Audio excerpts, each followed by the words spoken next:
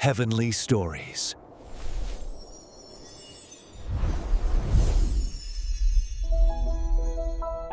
In the dawn of creation, when the world was fresh and unblemished, God crafted a paradise called Eden.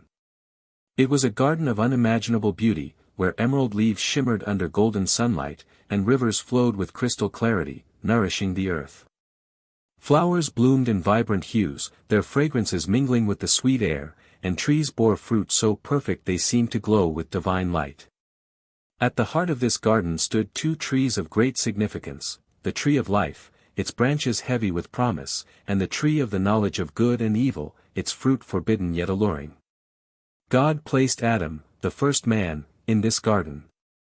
Formed from the dust of the earth and breathed into life by the Creator's own breath, Adam was a marvel, tall, strong, with eyes that sparkled with curiosity and wonder. His task was simple yet profound, to tend the garden, name the creatures, and live in harmony with all that surrounded him. The animals, from the majestic lion to the delicate sparrow, roamed freely, unafraid, for death and fear had no place in Eden. Adam walked among them, his voice gentle as he bestowed names upon each beast, his heart content in the presence of his Maker. Yet God saw that Adam was alone, a solitary figure in a world teeming with life. "It is not good for man to be alone," God declared, and so he crafted a companion. From Adam's rib, he formed Eve, a woman of radiant beauty, with eyes that mirrored the depth of the stars and a spirit as vibrant as the garden itself. When Adam awoke and saw her, his heart leapt. "This is bone of my bones and flesh of my flesh," he said, naming her woman, for she was taken from man. Together, they were complete, partners in the divine tapestry of Eden. God walked with them in the cool of the day, his presence a comforting warmth, like a father guiding his children. He gave them dominion over all creation, with one command: "You may eat of every tree in the garden, but of the tree of the knowledge of good and evil you shall not eat, for in the day you eat of it, you shall surely die." Adam and Eve nodded, their trust in God absolute. The warning seemed distant, the tree just one among many in their perfect world. They laughed and worked side by side, their days filled with joy, their nights with peace under a canopy of stars. Eden was theirs, a gift of boundless love, and they knew no want, no sorrow, no shame. But in the shadows of paradise, a presence stirred, unseen yet cunning. The serpent, craftier than any beast, watched the man and woman with calculating eyes. Its scales glinted faintly in the dappled light, and its mind wove plans that would unravel the harmony of Eden. It saw the forbidden tree, its fruit ripe and tempting, and it knew the desires that could be awakened in the hearts of God's creation. For now, it waited, patient and silent, as Adam and Eve lived in blissful ignorance, their world a perfect symphony of divine order. The days in Eden flowed like a gentle river, each one bathed in the glow of God's creation. Adam and Eve tended the garden, their hands weaving through vines and blossoms, their laughter echoing among the trees. They knew no lack, for every need was met, and their hearts were tethered to the Creator's love. Yet the serpent, that sly creature, had grown restless. It slithered through the garden's undergrowth, its eyes fixed on Eve, sensing in her a curiosity that could be nudged toward rebellion. One morning, as the sun cast golden rays through the canopy, Eve wandered near the center of the garden.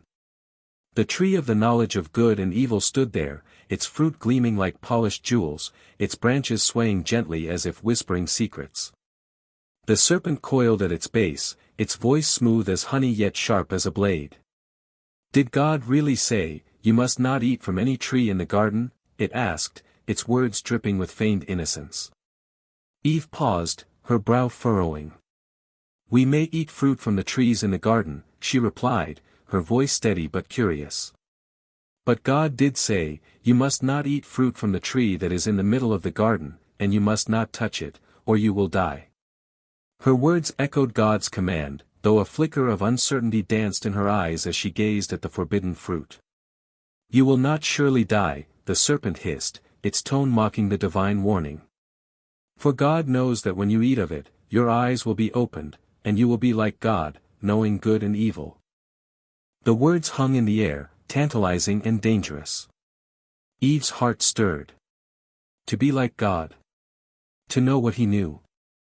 The fruit, once just a part of the garden's splendor, now seemed to pulse with promise, its colors more vivid, its scent intoxicating. She stepped closer, her fingers brushing the air near the fruit. The serpent's words wove through her thoughts, unraveling her trust. Why would God withhold such knowledge? Was there something more to this world, something hidden from her and Adam? The tree stood silent, its branches heavy with possibility. Eve's mind raced, torn between obedience and the allure of wisdom. She glanced around, but Adam was elsewhere, tending to the animals. She was alone with the serpent and the tree.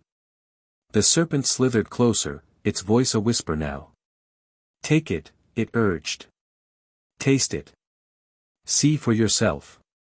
Eve's hand trembled as she reached out, her fingers grazing the smooth skin of the fruit.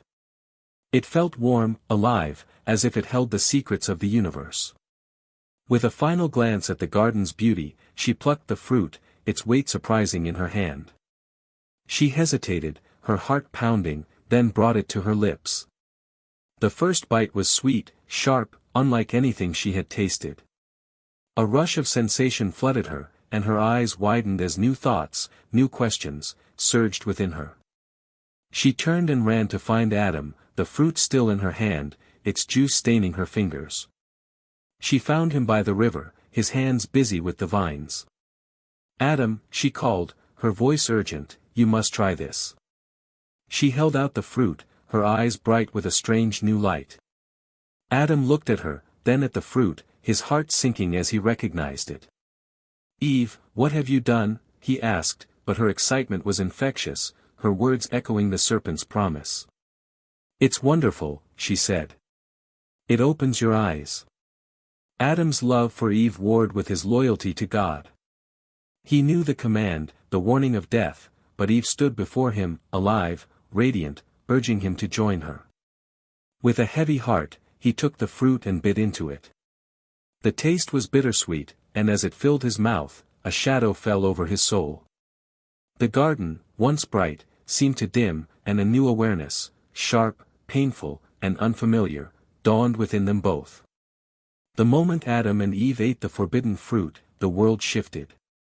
The garden, once a seamless tapestry of light and harmony, now seemed fractured, its colors less vibrant, its air heavier.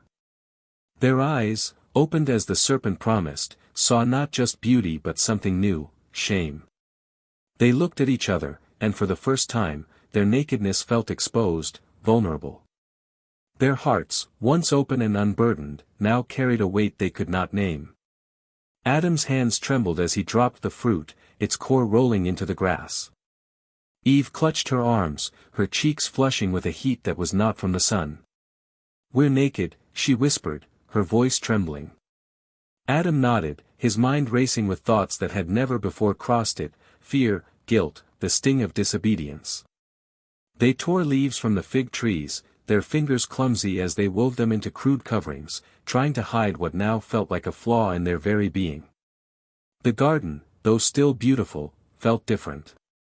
The songs of the birds seemed distant, the rustle of leaves like whispers of judgment.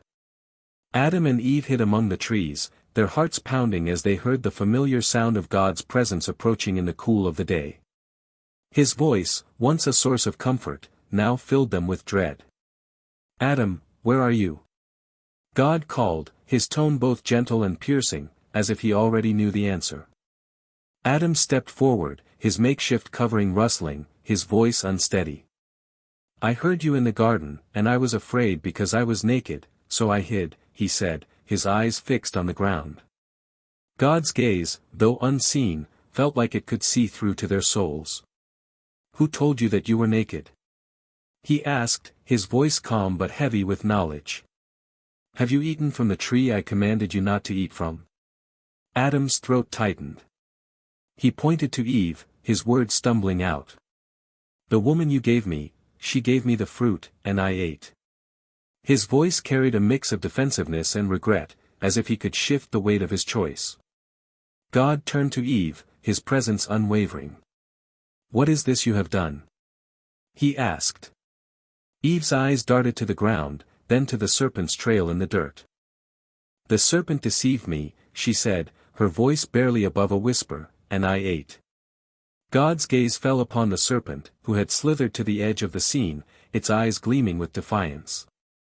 "Because you have done this," God declared, "cursed are you above all livestock and wild animals. You will crawl on your belly and eat dust all the days of your life.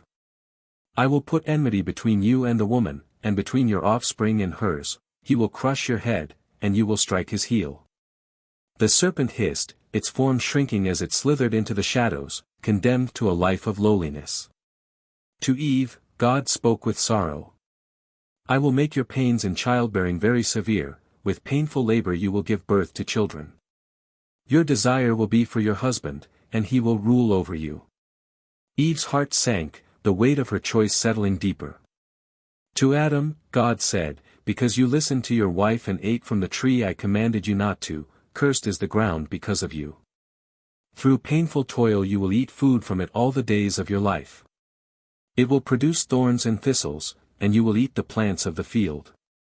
By the sweat of your brow, you will eat your food until you return to the ground, since from it you were taken, for dust you are, and to dust you will return." Adam and Eve stood silent, their heads bowed, the consequences of their actions echoing in their minds. The garden, their home, now felt like a place they no longer fully belonged to. God's justice was clear, yet his love lingered, a quiet promise amidst the judgment. The weight of God's words hung heavy in the air, like a storm cloud over Eden. Adam and Eve stood before their Creator, their hearts burdened with the knowledge of their disobedience. The garden, once a sanctuary of peace, now seemed to pulse with the reality of their fall. The trees whispered of change, and the rivers flowed with a somber rhythm. God looked upon his creation, his love for them unbroken but tempered with the necessity of justice. To protect them in their new state of shame, God fashioned garments of animal skins, replacing the fragile fig leaves they had woven. The skins were rough, heavy, a constant reminder of the life they had lost and the death that had entered the world through their choice. As he clothed them, his touch was gentle, a father's care amidst the sorrow of discipline. Adam and Eve felt the weight of the skins, their warmth a bittersweet comfort, and they knew that their relationship with God had changed forever. God spoke again, his voice resonant with divine authority. "The man has now become like one of us, knowing good and evil. He must not be allowed to reach out his hand and take also from the tree of life and eat, and live forever." The words were final, a decree that sealed their fate. Eden could no longer be their home, for the knowledge they had gained came at a cost too great for paradise to bear. The tree of life, once a symbol of eternal communion with God, now stood as a reminder of what they had forfeited. With a heavy heart, God led them to the edge of the garden. Adam and Eve walked in silence, their steps slow, their eyes lingering on the beauty they were leaving behind. The flowers seemed to droop, the animals to watch with solemn gazes, as if mourning the loss of their stewards. At the eastern gate of Eden, God placed cherubim, mighty angels with flaming swords that flashed in the sunlight, guarding the way to the tree of life. The path back was closed, a barrier of divine fire that no human could cross. As they stepped beyond the garden's borders, the world outside felt harsh, untamed. The ground was hard, the air less sweet, the sky vast but unforgiving. Adam looked at Eve, her face streaked with tears, and took her hand. They were together, but the unity they once knew was fractured, their hearts now wrestling with guilt and the uncertainty of a world they no longer fully understood. The curse on the ground meant toil, struggle, a life of sweat and survival. For Eve, the promise of pain in childbirth loomed, a reminder of her role in their fall. Yet even in this moment of loss, a flicker of hope remained. God's words to the serpent echoed in their minds, the promise of enmity, of a future where the serpent's head would be crushed by the offspring of the woman. Though they could not fully grasp its meaning, it was a thread of redemption, a hint that God's story for them was not yet finished. Adam named his wife Eve, meaning mother of all living, a name that carried both the weight of their sin and the promise of life to come. They turned from Eden, their backs to the cherubim's fiery swords, and faced the wilderness. The world was vast, daunting, but they were not alone. God's presence, though distant now, lingered in their hearts, a quiet assurance that he had not abandoned them. They would build a life, imperfect and marked by struggle, but theirs to live. The sun set behind them, casting long shadows, and Adam and Eve took their first steps into a world forever changed by their choice. Beyond the gates of Eden, Adam and Eve faced a world that seemed both familiar and alien. The earth, once yielding and generous, now resisted their touch. Thorns sprouted where flowers once bloomed, and the soil demanded labor for every harvest. Adam toiled under the sun, his brow slick with sweat, his hands calloused from digging and planting. Eve worked beside him, her strength tempered by the knowledge of the pain that awaited her in motherhood. Yet they persevered, driven by necessity and the faint hope that God's mercy would follow them. Their days were long, filled with the rhythm of survival. They built a shelter from branches and mud, a far cry from the lush canopy of Eden. They learned to coax food from the stubborn earth, to hunt and gather, to navigate a world where danger lurked in the shadows. The animals, once their companions, now kept their distance, some baring teeth or fleeing at their approach. The harmony of Eden was gone, replaced by a fragile balance between man and nature. Eve's first pregnancy came as both a joy and a terror. The pain God had foretold was real, each labor a reminder of the curse, but when she held her firstborn, Cain, in her arms, she wept with gratitude. "I have brought forth a man with the help of the Lord," she said, her voice trembling with awe. Later, Abel was born, and the family grew, a small spark of life in a world marked by struggle. Adam and Eve taught their sons to work the land and tend the flocks, passing on the lessons of survival and the story of Eden, its beauty, its loss, and the God who had both created and judged them. Cain grew strong, his hands skilled in tilling the soil, while Abel found his calling among the sheep, his gentle spirit reflected in the care he gave his flock. Yet the shadow of sin lingered. The knowledge of good and evil, awakened in their parents, stirred in them too, manifesting in rivalry and pride.